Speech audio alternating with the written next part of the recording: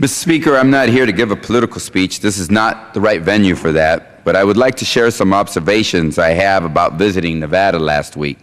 The first observation is that among a broad and diverse segment of voters, there's a great deal of excitement about the political process. It almost doesn't matter which candidate people prefer or even which party. There's so much enthusiasm to participate. In Nevada, the form of participation is the caucus, and it requires a greater time commitment than simply punching a ballot at your local precinct. Yet I witnessed thousands of people who were taking hours away from their jobs, at their own expense in many cases, to participate in that process. You can't come away from that kind of activity and not be inspired that Americans are taking their right to vote, their opinions about who should be the next nominee of their party or the next president, very seriously. It was really remarkable.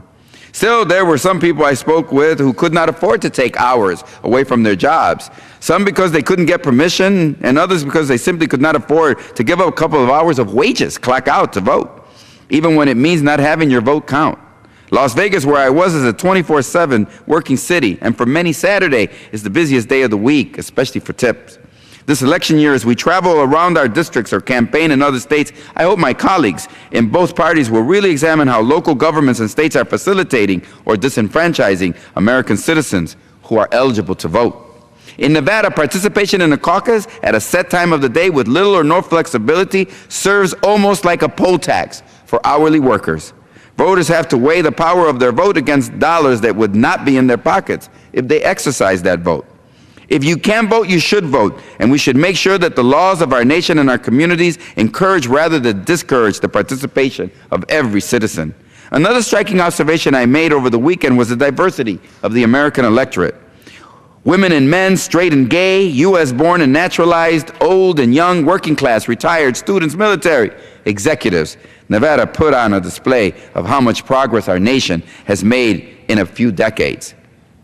I saw the energy and the determination of young voters, newly 18, newly citizens, newly engaged in the political process. Everywhere I have traveled, including the high schools in my district in Illinois, I see 17 and 18-year-old Latinos anxious and eager to participate, and they are motivated to register and vote and inspired by their candidates and their parties. Today, tomorrow, and every day for decades, about 2,000 U.S.-born Latino citizens of the United States will turn 18 and be eligible to vote. Every day, 2,000 of them turn 18, and they're eager to get involved. There is a similar energy in the people I meet who are applying for citizenship. There are over 8 million immigrants with green cards who are eligible to apply for citizenship right now. And with fee waivers for those with limited funds, many of them can apply for free. And they are applying in droves. This coming Saturday, I'll be at a workshop in Denver, Colorado for people learning about the process and applying for citizenship. A coalition of groups led by the National Partnership for New Americans, but also encompassing Mi Familia Vota, a range of labor unions and advocacy groups, large and small across 30 states, have invited me to participate in this nonpartisan activity to promote civic engagement and citizenship in immigrant communities across this country. Their goal is to help 1 million eligible immigrants become citizens so they can vote in primaries and general election this year and make sure they're at America's table. In communities like Denver and Chicago, there is a hunger for citizenship despite all the barriers, despite the cost, and despite the anti-immigrant tone coming from our TVs and candidates. In fact, it is the anti-immigrant tone that people tell me over and over is what is motivating them to apply, study for the test, and better their English.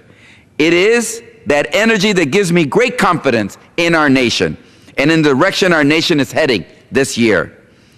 Immigrants are a part of a growing American coalition of working class voters, women, straight people and LGBT, environmentalists, Latinos, Asians, black, white, old and young, Muslim and Christians, Jewish and agnostic. They're coming together and mobilizing. Together, even as some politicians push them away and try to divide us with suspicions of our fellow Americans, together their diversity and dedication to democracy is a beautiful thing to witness.